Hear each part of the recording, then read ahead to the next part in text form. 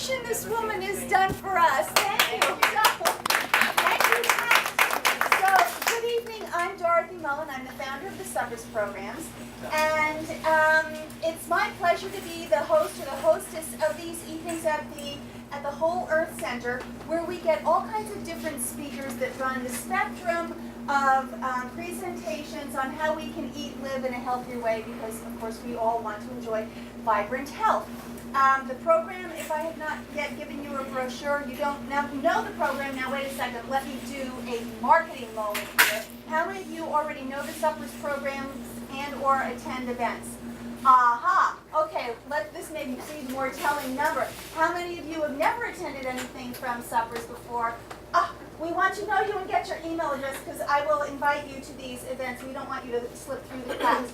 So for those of you who don't know about Suppers, we are a network of support groups for people who must change the way they cook, eat, and live in order to be well. And to make a very long story short, we have absolutely no biases about what that means other than avoid processed foods. So some of us are on the sort of meat-eating paleo side, and some of us are on the raw vegan side, and then there are people like Pat, who is doing a cleanse that's sort of on the vegan side, but lives a little bit more towards the center. Absolutely no judgment about how people eat, just to understand that how you feel is data, that you can cook, that you can use your palate, develop your palate, to learn how to get signals from your own body that will tell you, this is good for me, that's not good for me, this energizes me, this makes me fatigued. So, in the best tradition of how you feel is data, I'm going to say I'm listening really hard tonight as Pat, who runs our macrobiotic meetings with Barbara, who also runs macrobiotic meetings. We're here tonight to learn about the Vegan Cleanse, a one-week version of the medical medium, which is 28 days if you do the whole thing. And one of the things that we'll be checking in on as we have the private Facebook page and whatever emails and so forth we do is we want to know how you feel on this. So with that, I'm going to say Pat did all the work. I am now done. See me after class if you want to receive emails about these events. Thank you. Okay. Good evening, everybody. There is nothing like a group of supportive people when it comes to eating well, whatever well is. That's the question. I need an assistant to hand out some handouts. One on each side will start. And I'm going to have some more handouts later. This is a website, and the URL is right at the top of the page. I brought a few things for you. One is to describe a possible vegan cleanse that you could undertake if you're interested in such a thing, and what a vegan cleanse might entail.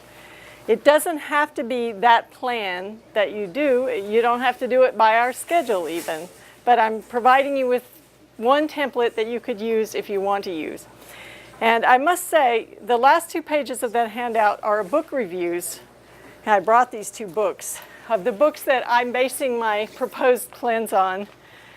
Medical Medium is the guy's name. His name is Anthony William. And he has a second book called Life-Changing Foods, which is really a recipe book. So later, if you're interested, please read my book review. I will just say this about him right now. He is not a scientist and not a medical doctor, not a nutritionist. He's a medium. He's guided by a spirit that he's been hearing since he was 5 years old. And I can't even believe I started reading the book. One of my friends knew that I still had some health issues after being macrobiotic for a number of years, and she said, you should just check this guy out.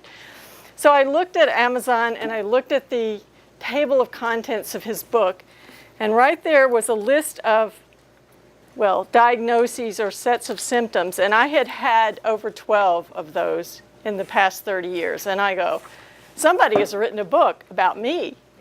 And I don't care where he got it. I'm curious to know what he said. So I bought the book and I read it.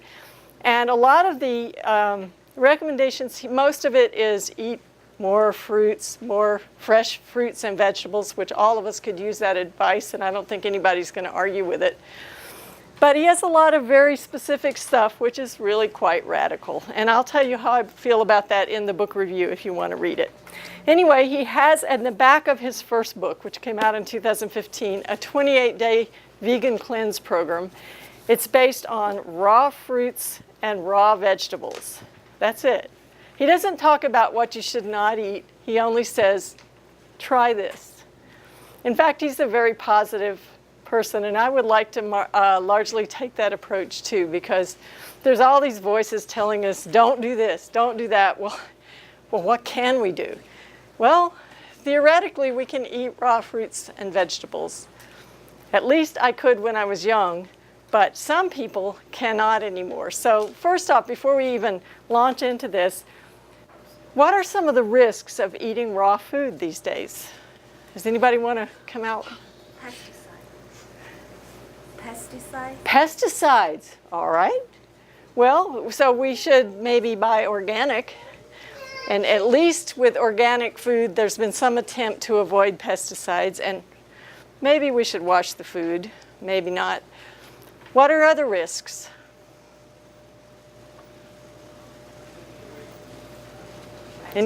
Bacteria, salmonella, norovirus. There have been tremendous outbreaks, health-wise, from people eating salad where the cabbage or lettuce had been, grown in fields where wild swine tromped through and left all sorts of germs behind. And so, again, we want to buy the healthiest, most organic raw foods that we can, or better yet, raise them yourself and fence your garden. Now, I grew up on a farm in Tennessee, and my father made me do hard labor in the garden. I raised probably every kind of vegetable that whole earth sells at one point or another, except leeks. I don't think we ever did leeks, but and then I've lived here for 35 years. And gardening is hard work. Very few people have the time or the space or even the know-how anymore to garden the way my father did. But if you can garden, and Dor first came to my attention because I noticed the garden in her yard. I was walking by her house regularly and I saw somebody was doing a glorious vegetable garden right in town here. So Dor is one of the few people I know who can walk out into her yard and pick some greens and go right in and cook them. But for the rest of us, we have to trust a place like Whole Earth Center, which I do trust, to try to get us healthy greens. And the goal, according to Anthony Williams' goal for the 28-day vegan cleanse, which we've shortened to be a 7-day vegan facilitated cleanse. And of course, if you make it 7 days and you're doing well and you want to do 28 days, more power to you. His goal is to wash the veggies as little as possible because raw vegetables have good things on their leaves, on their outsides. They have micronutrients, and the more you have to wash them, the more of those things you lose. And the more you have to cook them, the more of those things you lose. So the purpose of a vegan cleanse, according to him, is twofold. Part of it is elimination, because you're going to give your liver a rest by not eating a lot of oil. If some people will go completely oilless if they do the cleanse, some will use a little oil, depending on what your body can tolerate. And maybe not doing salt. How much extra salt, more than we need, do we all get? And therefore, how much more do we pee that salt out? Quite a lot, I'm sure. So we're going to eliminate things and give those parts of our body that deal with eliminating those extra things a little rest, but we're also going to enrich at the same time our immune system with all these micronutrients that it can use to deal with the complexities of modern life. And by the way, he has a name for modern times. He's called it, his spirit voice calls it the quickening. We live at a time called the quickening because of modern communications and everything's happening so rapidly. I really like that name. It resonates with me. So risks of food. Let me just say, if you do undertake any sort of vegan cleanse, try to get the cleanest, most organic vegetables that you can. Clean your cutting board, especially if it's been used to this is obvious to most of you, but if it's been used to cook meat, but clean your kitchen, because the whole point is to eliminate the harmful things and allow the good things to get into our system as a change. And so I am macrobiotic. His raw food regimen is so far from being macrobiotic, but in the spirit of suppers and an experiment, I really wanted to try this out, and I intend to try it out. And I hope that some of you will try it out with me. So if you look at the handout, you will see that there are 2 links. One is for a Google group. I hope you, if you're interested in participating in the cleanse and giving us feedback on how you feel and how it went, the Google group will allow you to receive an email from me about 1 per day. I'll be sending out some sample menus and just basically every morning saying, are you still doing it? It's sort of like a cheerleader, my job. I should be sending you about 1 email per day.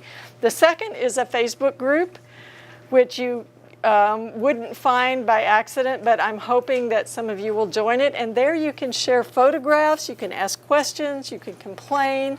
You can say, I'm doing this other kind of vegan cleanse, and here's what's happening. In fact, Pat, that's her name, already told me that she is committed to doing a different vegan cleanse than the medical medium one, and that's great. It's called Green Smoothie Girl. Okay, and Dor has already told me that she'll be doing a modified version that includes more warm foods because, and I can tell you this both from macrobiotics and from experience, eating all raw food is cooling.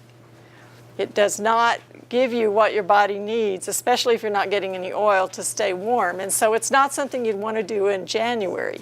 That's why I deliberately waited until the sap is rising in the spring and we all have this sort of clean out mentality, and it's warm now during the day at least. But if you find yourself getting cold at night, I have provided 4 recipes on here for warm things. 2 are soup recipes. If you skip to page 3, I'm going to pass these recipes out now. There are 4 of these. So could I have my munchkins come and help? Okay. And so make sure you get all 4. 2 will be coming around on each side, and when they reach the back, please cross them over. 2 of these recipes are macrobiotic. They are the generic sweet vegetable soup recipe and the generic miso soup recipe. These are the 2 basic macrobiotic kinds of soup. One is salt-based, because it has miso in it, and it has sort of a clearish broth. The other is the classic creamy soup that they make so many great ones of these at Whole Earth here, like their carrot soups. And what's great about a generic recipe is you can adapt it easily for many different kinds of vegetables. So you don't have to eat the same. You don't want to eat carrot soup every day or pumpkin soup every day. Some days it's going to be cauliflower soup. Some days it's going to be broccoli soup. Some days it's going to be onion soup. So you can make those soups for yourself. Both of these recipes are without oil. And the benefit of without oil is obvious, but the cost of without oil, and one of the big benefits without oil is that you can get by with less salt. Your palate will not require as much salt if there's no oil in the food. But if you do use oil, it will keep longer. So if you make a soup without oil, it will taste really good that day. And it might taste okay if you refrigerate it the next morning, but it won't taste good the second day. I don't know why, but it just doesn't keep. If you want it to keep for 3 days, you have to put the oil in it and pay the piper and use a little more salt. Miso soup, on the other hand, has salt in the miso, and that will keep 2, maybe even 3 days in the fridge. So you can make up a big stash of it and eat it, and you can rewarm it. And then there are 2 vegetable drinks. One is called healing broth, and that's from Medical Medium. And the other is called sweet vegetable drink, which is a classic macrobiotic soup or tea made from sweet vegetables. And both of these, you can drink them as often as you like, and you can drink them warm or cold, but I think the point here would be to drink them warm. Mm-hmm. And I don't think drinking the healing broth or the I don't think drinking any of these 4, assuming you don't put oil and soup on them, would even be a violation of the basic premise of the cleanse that he proposes. So anyway, I hope you'll enjoy those recipes. Doris said to me, people love recipes, so I dug down and found the ones. And tell me what you think of them. Tell me, if you have questions, I'll be on the Facebook group. So if there's something, they're long, stringy recipes. Like my mother taught me to cook, and I remember her teaching me to make biscuits. And it was the generic way of making biscuits. Well, if you want them crusty, make the oven hot. If you want them soft, make the oven lower temperature. And if you want them to have no crust, put butter on. She had all these if. So these recipes are like that. They're not deterministic formulas. They're a bunch of ideas and a basic pattern that you can use. And those recipes, I just want to give credit to Susan Waxman. I got both of them from her. I don't have her permission to share them, but I was trained by her many times, and I feel comfortable passing these recipes on because they are basic macrobiotic recipes, and I hope they'll be a benefit to you in this situation. Did you get the miso soup? No. Yeah, make sure you get all 4, but they are on the website. So if you don't get one tonight, in fact, the website already has more information than this printout shows because I've been adding to it all day, and I may continue to add to it. So one of the things in your handout, the next thing I want to go to is a sample menu. This sample menu is lifted directly out of the Medical Medium book. Again, I'm going to use fair use on this copyright business on this, and I intend to send out day 2 and day 3 from his sample menus also. It's shown on page, I have to get your handout here, page 5, and I compiled from it a shopping list. And each day I will compile the shopping list because, I'm used to doing this, but if you're not used to cooking vegetarian, you might say, how many cucumbers do I need to buy? How much? So I tried to be a little on the generous side, and if you don't want to think about it, and you do want to use exactly this menu, you could just go right now out into Whole Earth and buy this shopping list. Although if you want to start on Monday, it's a little bit early. There was a 4th recipe, you said? There is a 4th recipe. There are 2 broth recipes. One is called sweet vegetable drink, and 2 soup recipes. But they're all on the website if you don't get them. You can go to the website later, and there are PDFs you can download and print. And if you have your own recipes or like this green smoothie girl link that you would like me to add as options for other people, please send them to me. My email is in this handout on the end of page 4. It's at the bottom of the web page. My name is Pat Palmer, and my email there is pgpalmer@gmail.com. So please let me hear from you. Okay? Now, what I was about to say was this sample menu. Anthony Williams' idea of a vegan cleanse is lots of liquid food. He wants us to feel full, and so you're going to need a blender.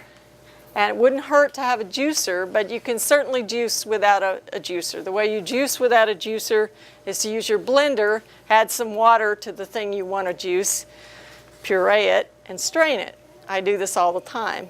And I can't tell any difference from the celery juice I make in my blender and the celery juice that I make in my juicer. So you don't have to go out and buy a juicer if you don't have one. It's just a convenience. If you don't have a blender and you want to try this, Mike could arrange a loaner for you if you have financial issues, so talk to me later. I can't promise, but we could certainly put the word out and see if somebody could. A lot of people have these things sitting on their shelf and don't use them regularly. So, okay. His idea is to keep yourself feeling very satisfied by eating something liquid or a salad every 2-3 hours. And he divides the day into 7 segments. Early morning, that's when you first stagger out of bed and my husband's heading straight for the coffee pot. He doesn't mention coffee, by the way. I'll take a little sidetrack. How many of you drink coffee? How many of you drink coffee with milk? Oh, not so many. If you just drink coffee, he doesn't mention coffee, but so I don't know exactly what the law should be on this. My suggestion would be during the cleanse, if you're used to drinking coffee, drink it, but only 1 cup. And maybe in between these other things.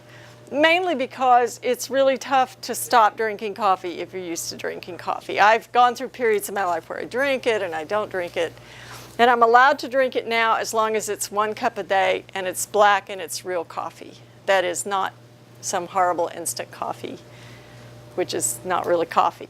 So that's my personal advice, but of course you can do what you want. He doesn't speak to coffee and tea. I did add 2 teas that I know about. One you can actually buy here. They usually have it on the shelf right here. Let's see if I can see it. Yeah, it's behind. These are both teas that are used in macrobiotics. One is called twig tea. It has almost no caffeine and it has a very pleasant, mild, nutty taste. And the other is called bancha, which is a sort of a roasted green tea with a little more caffeine. So if you were going to use bancha, you would use it during the day. If you're going to use twig tea, you would use it at night. And I mention these because if you do get hungry between his many feedings, which is like when you first get up, breakfast, mid-morning, lunch, mid-afternoon, supper, and before bedtime. He has all these different times where you're going to plan to feed yourself. But if you still get the munchies in between, and you may well, if you're changing your diet, there's a couple of strategies. Hot tea, those sweet vegetable drinks, gum. Although, what does gum have in it? Sugar, a little bit, but what else? Actually, most gum has artificial sweeteners, and the artificial sweeteners are exactly what you want to be avoiding right now. Xylitol, what's the other one? Mannitol, sorbitol, all these things, they actually upset my stomach. But there is a brand of gum in Whole Earth here called Simply Gum that has nothing in it but sugar. My father used to take me to a big old tree out in the woods. It was a black gum tree, and he would take his pocket knife out and he would dig down under the bark and pull out some of the sap, which was gum. And it wasn't all that much fun to chew, but people used to chew it back in the day. And so now they've added all this crap to gum to make it soft, to make it like taste good. You know, they put mint in it and blah, blah, blah. Well, the Simply Gum is as close to real gum as you can get. And it's not quite as sexy, but it only has a little bit of sugar added and it doesn't have any chemicals. So if you need to chew gum to satisfy yourself on any kind of dietary change, let me recommend the Simply Gum. Because whatever sugar is in it is going to be gone in like 10 seconds. So your teeth are not going to rot out and fall out, trust me. Or I wouldn't have any teeth if this were true. And for those of us who like to chew gum, that's the only gum that I have found anywhere that doesn't have one of those artificial sweeteners and a bunch of other chemicals added to it. So you've got gum, you've got tea, and you've got all these different feedings. So, you know, making a smoothie, it's not like they make smoothies at these health food stores. No yogurt, no oil. Just a bunch of fruits and veggies in whatever combination is right for you, and some water. And some of the fruits he recommends, in particular he recommends wild blueberries, which I didn't know this, but they're a different species than domestic blueberries, and they have different nutrients in them. And his spirit tells him that the wild blueberries are superior, so believe that or not. I actually turned out to really like them. They exist in the frozen food section, like at McCaffrey's I can buy them. I don't know if they have them here. Organic blueberries here. All right, so there are blueberries, but they have to say wild blueberries. And he says the ones from Maine are the best. So they're tiny rather than big. And they have a really intense flavor. But they're frozen. And if you're macrobiotic, you know that macrobiotic people are trained deeply never to eat cold foods. Like room temperature foods, maybe, but cold foods, no, no, no. So what I do is I boil the tea water and I cut it in half with regular temperature water. So then the water is about, 90 degrees. And I dump that in on top of the frozen blueberries so that they're unthawed right away. And then I add my bananas and stuff and I throw in parsley, flat leaf parsley, which smells so good, and cilantro and raspberries, and I make my morning smoothie. And I sort of let it sit there and all get the same temperature, and then I blend it up and drink it. And it's as liquid as I want it, depending on how much water I put in it. So this is all up to you. That's how you make a smoothie. You throw stuff in your blender, you add water, you get it the temperature you want, you grind it up and you drink it, or you bottle it. And it will keep for a few hours. So if you're working, you're going to want to make your smoothies ideally the morning of, but at least the night before, right before bedtime, and bottle them. A fruit jar is fine. Doesn't have to be like a fancy bottle from Arlee's. It can be, fruit jar.